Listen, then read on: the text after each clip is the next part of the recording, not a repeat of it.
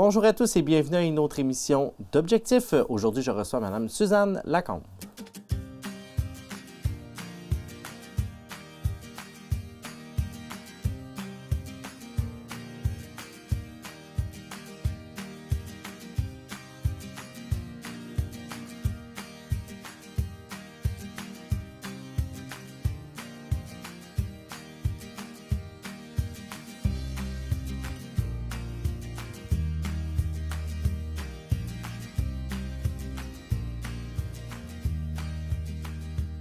Bonjour Suzanne. Bonjour Jean-Philippe. Ça va bien? Oui, toi aussi? Oui. Merci c'est une rencontre annuelle Chambre de commerce à l'émission. Chaque début d'année, je pense qu'on se rencontre. Un petit peu plus tard cette année, mais bon, c'est... Mais regarde, c'est que le meilleur. Exactement. Fait qu'on va faire un tour d'horizon là, sur les activités parce que ça commence à reprendre le beat normal là, de l'avant-COVID. Là. Ah, il le faut. On est revenu à la normale là, sur l'ensemble des activités. Ça fait qu'on...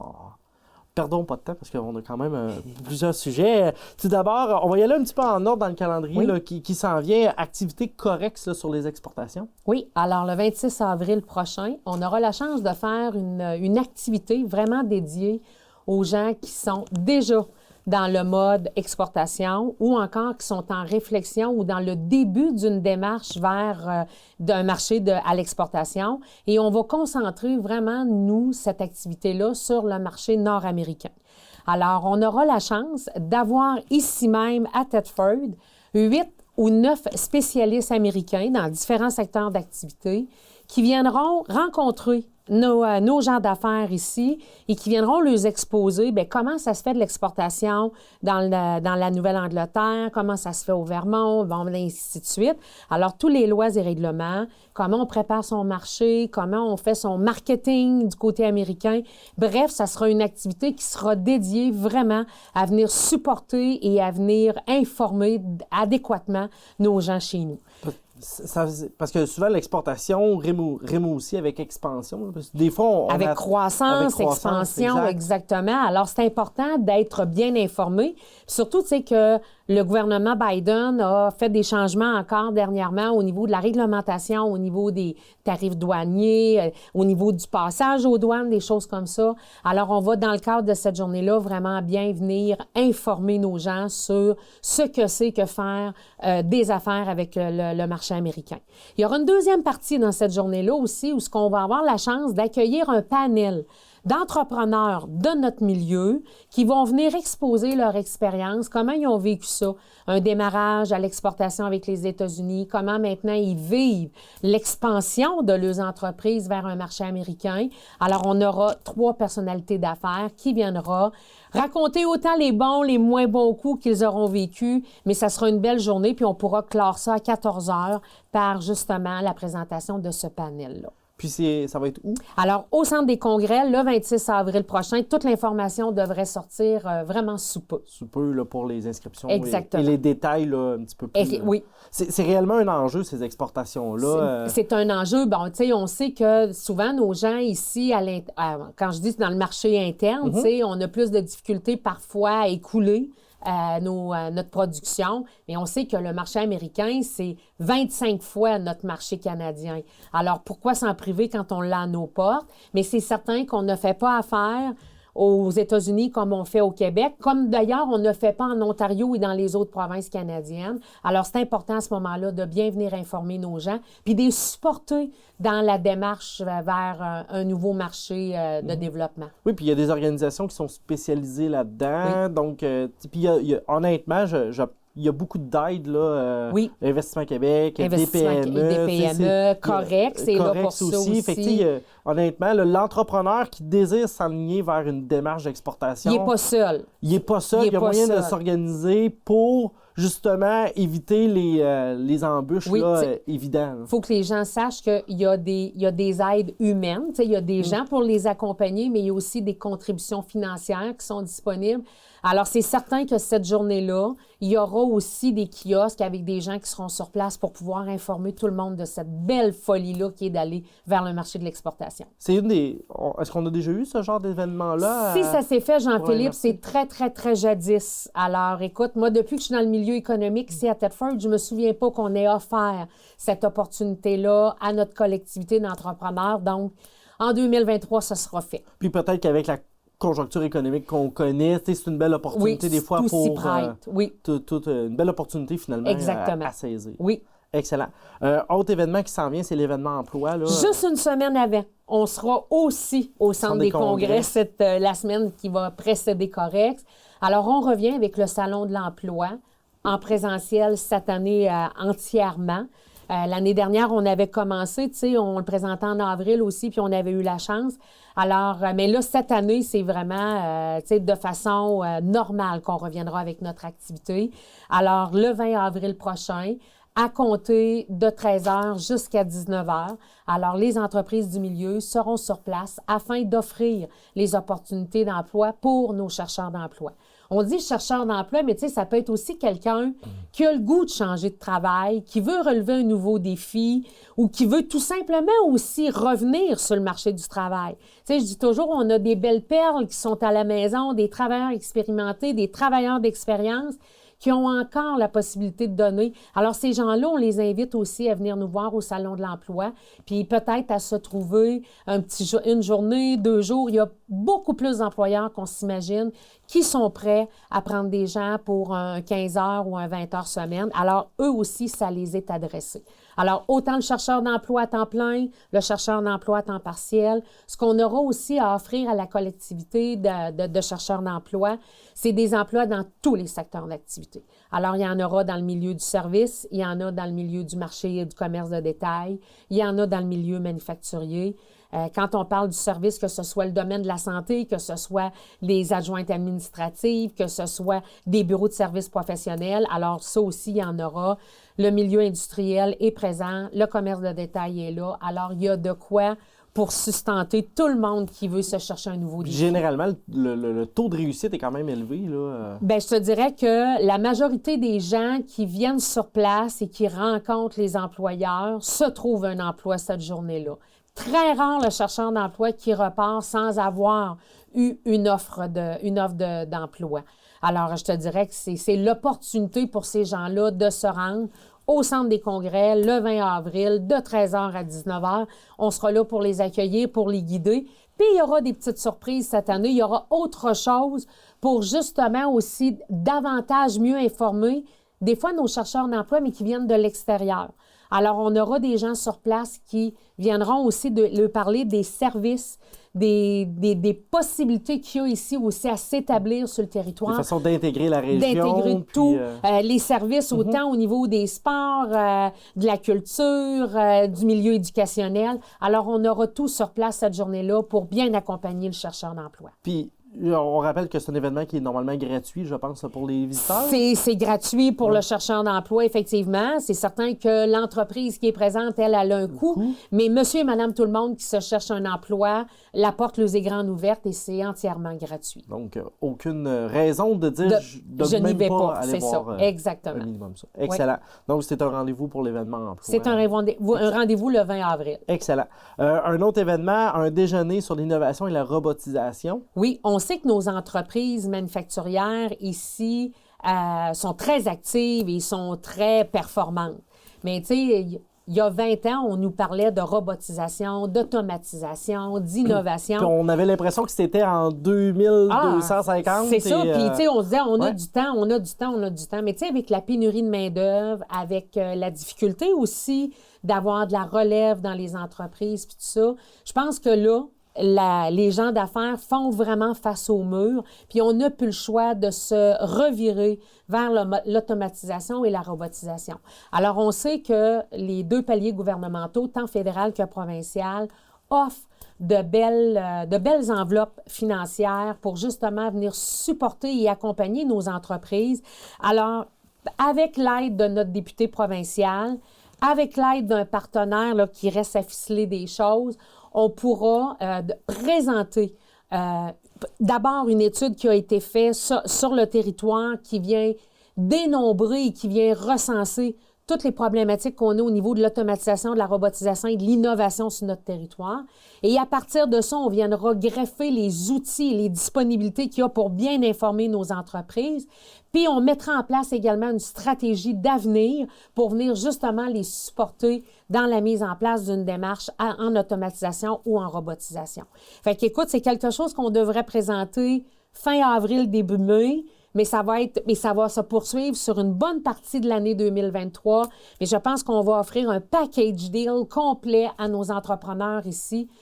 Naturellement, un peu plus dans le milieu du marché industriel.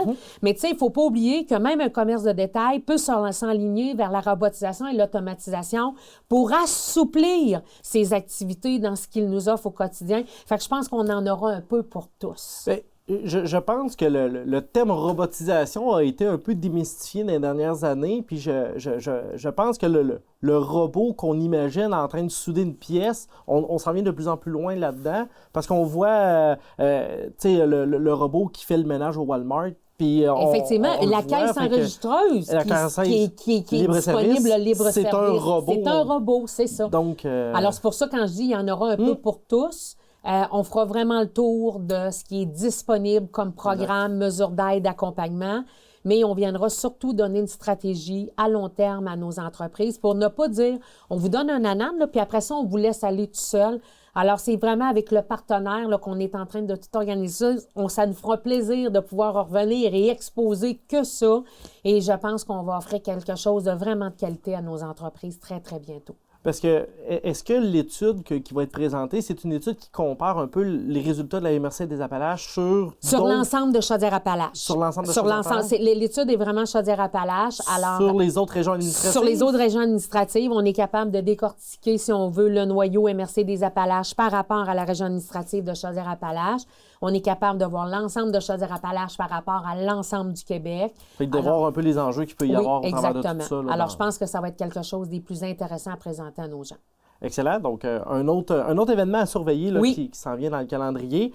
Puis, avec les dernières mesures fiscales là, que le gouvernement du Québec a annoncées, vous avez aussi développé un déjeuner pour, justement, les travailleurs expérimentés qui voudraient retourner sur le marché du travail. On parlait tantôt avec l'événement emploi qu'il y a des opportunités. Il y a un lien, là, cause-conséquence. Oui. Ça, on est en train de préparer ça. Ça va être présenté en mai prochain parce que le partenaire, c'est Raymond Chabot de Grant Thornton. On va lui laisser passer la belle période d'impôt. Oui. Puis après, alors, on sait que quand on parle de mesures fiscales, bien, on parle de fiscalistes et la période d'impôt, c'est le grosse période. Alors, on aura la chance, avec Raymond Chabot de Grant Thornton, de présenter c'est quoi la nouvelle mesure gouvernementale provinciale qui a été mise en place à l'automne dernier et de venir expliquer autant aux entrepreneurs qu'aux travailleurs expérimentés qui sont à la maison et qui n'osent pas regagner le marché du travail parce qu'ils se disent je vais être impacté au niveau fiscal, je vais avoir des conséquences sur la rentabilité, disons, de mes prestations de retraite, des choses comme ça. Alors, ce qu'on va faire, nous, c'est qu'on va venir démystifier ça cette journée-là, puis on va venir expliquer autant aux entreprises que à monsieur, madame, tout le monde qui est à la maison et qui reçoit des rentes de retraite, comment, dans le fond, ils sont très, très peu impactés sur un retour au travail pour, disons, 2 ou 3 jours semaine. On sait que ces gens-là sont une denrée rare. On sait que ce sont des gens d'une grande valeur, avec une expertise, mais aussi avec une expérience hors du commun. C'est pour ça qu'on les appelle nos travailleurs expérimentés.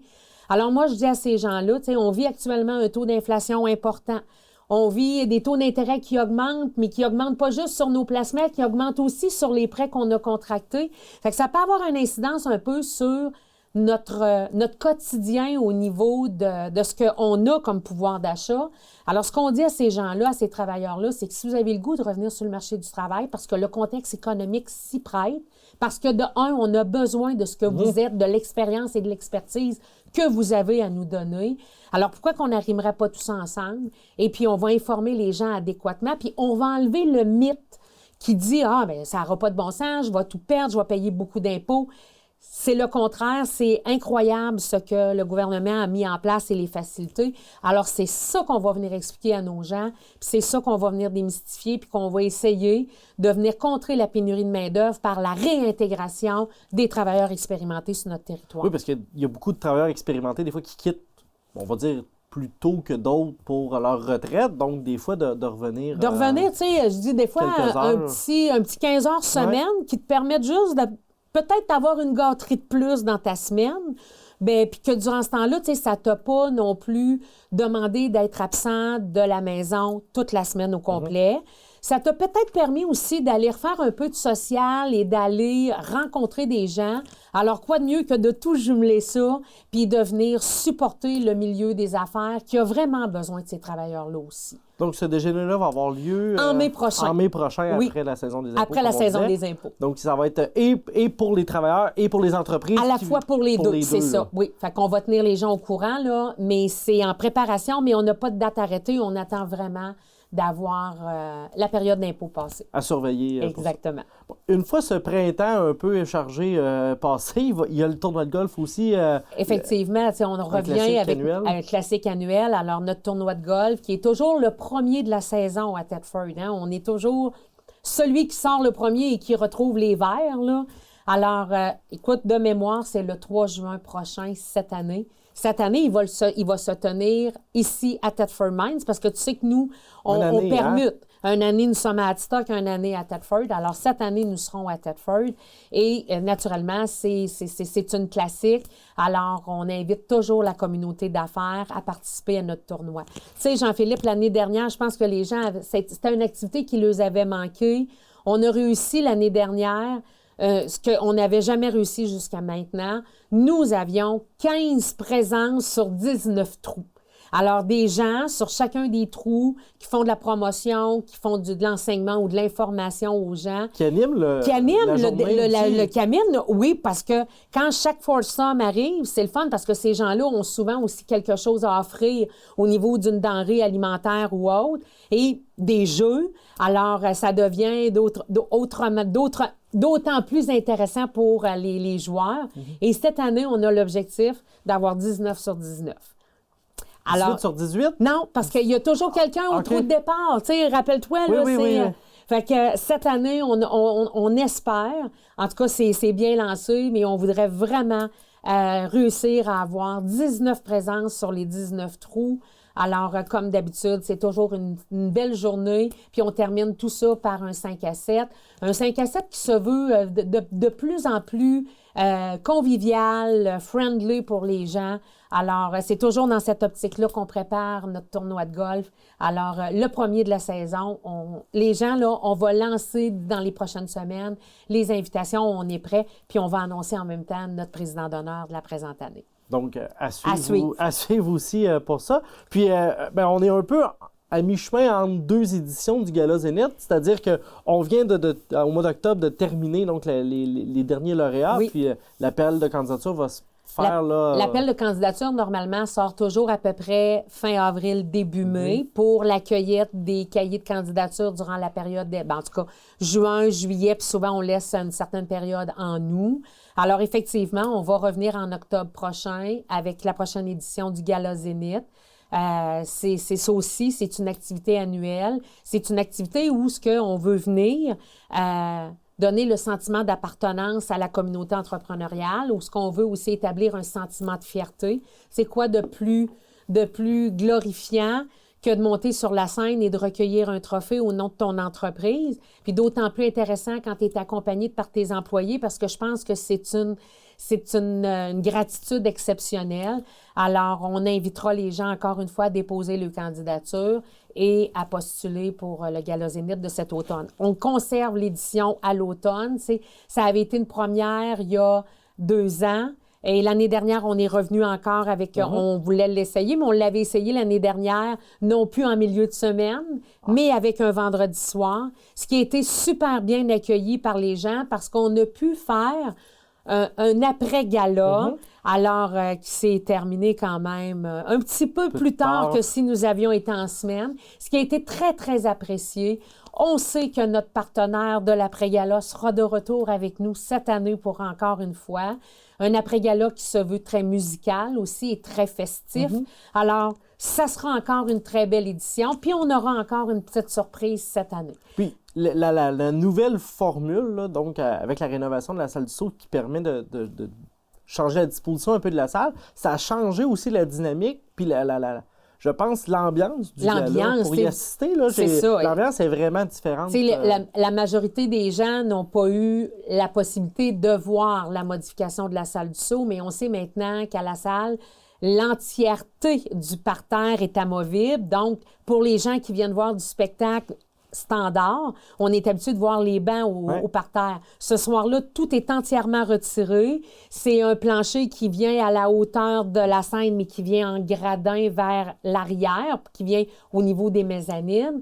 Et ça devient à ce moment-là comme un grand plancher avec la scène et on y installe des chaises, des tables, des standing bars. Alors, c'est une belle soirée qui permet aux gens, 1, de réseauter, 2, de festoyer, 3, de surtout être fiers de ce qu'on accomplit ici chez nous. Parce que, tu sais, ce que nos gens font ici, là, c'est merveilleux. Puis je pense que c'est la soirée idéale pour venir couronner tous ces efforts-là qui se font dans une année. Puis je pense que ça prend ça pour la communauté entrepreneuriale, là, de souligner ces... Ça prend ça de le souligner, puis ça prend ça de venir dire, hey, une bonne claque dans le dos, bravo, lâchez pas, continuez. Malgré tout ce qu'on peut vivre comme entrepreneur, bien, vous avez l'audace et vous avez la fierté d'accomplir ces choses-là. Alors, c'est ce soir-là qu'on leur lance des chapeaux. Donc, à surveiller ça aussi. En octobre prochain. Excellent. Il reste 5 minutes à notre entretien. J'aimerais juste qu'on parle de 2 dossiers qui sont toujours d'actualité puis vous travaillez depuis un certain temps. Entre autres, le retour du train. Le train, oui. Est-ce que ça avance? Ça avance. Les rails, ça devrait être là. Écoute, c'est un dossier qui, somme toute, est latent un peu, mais qui avance bien, OK? Je veux rassurer les gens, la venue du train, tu sais, il y a des gens qui sont pour, il y en a qui sont contre, mais ce qu'il faut voir, c'est qu'avec toutes les nouvelles réglementations au niveau des gaz à effet de serre, la nouvelle réglementation qu'il y a pour nos entreprises manufacturières qui exportent, on en parlait tout à l'heure, quand tu passes aux douanes, là, avec un camion, ça a un coût, ça. Alors, tu sais, c'est tout ça, alors... Ce sont des obligations que nos gens d'affaires ont qui sont de plus en plus coûteuses. Alors, le train va venir, si on veut, diminuer ces frais-là parce que en ayant un train de marchandises à grand volume, bien, on est capable à ce moment-là d'amoindrir ces frais-là. Alors, le gouvernement du Québec, par le biais du ministère des Transports du Québec, nous avait promis que nous aurions le train pour 2025. Et je crois, Jean-Philippe, que nous l'aurons avant 2025. Alors, les avancées vont bien. Le ministère est très avancé. Ce que l'on pense même, c'est qu'on aura probablement de très belles nouvelles. Moi, je pense personnellement qu'on aura plus que le kilomètre 134 à Black Lake, puis qu'il y aura peut-être autre chose par la suite.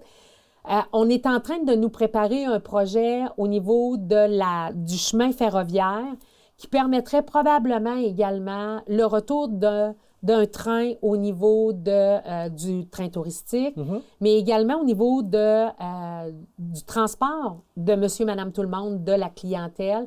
Alors, je pense que... Pour aller rejoindre, exemple, le réseau Via Rail à Québec. Exactement, ou des choses. Oui, ou encore peut-être même plus loin. Alors, je pense qu'on s'en va vers vraiment... On est sur la bonne voie.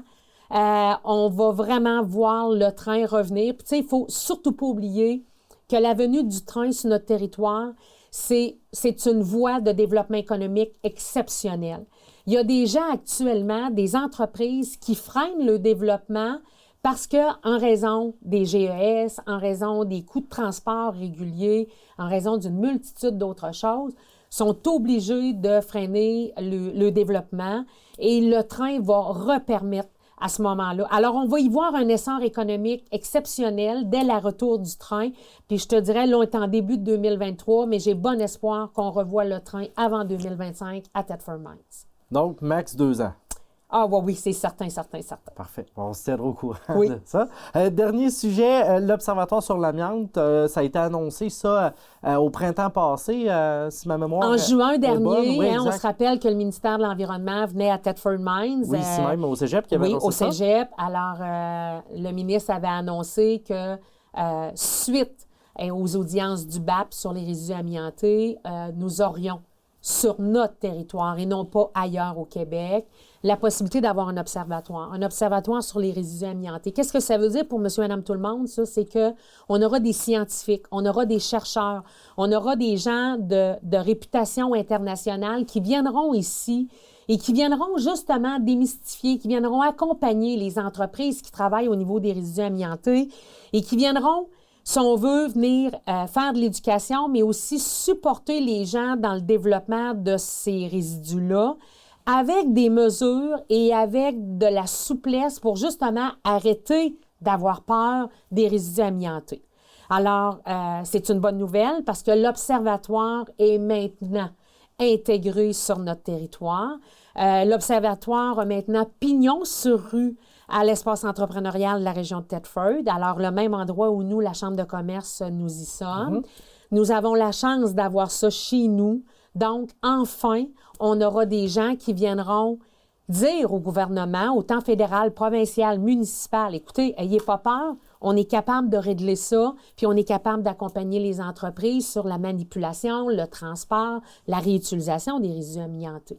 Alors, c'est une bonne nouvelle parce que je pense qu'on va enfin sortir de tous ces 10 dernières années-là, là, où on entendait parler que l'amiante, puis la chrysotile, puis tout ça, que c'est néfaste pour tous. Alors là, on aura des gens, des scientifiques qui viendront appuyer et qui viendront permettre le développement et la réutilisation des résidus amiantés qu'on a sur notre territoire. On a déjà hâte de voir les résultats positifs qui vont découler de ça. On a tellement hâte que c'est pas possible. T'sais, on l'a tellement attendu. Alors, je pense que le meilleur est vraiment devant nous au niveau de ce dossier-là. Suzanne, merci beaucoup d'être venue aujourd'hui pour faire cette mise à jour-là. Toujours intéressant. Merci. Merci également d'avoir été des nôtres pour une autre émission d'Objectif.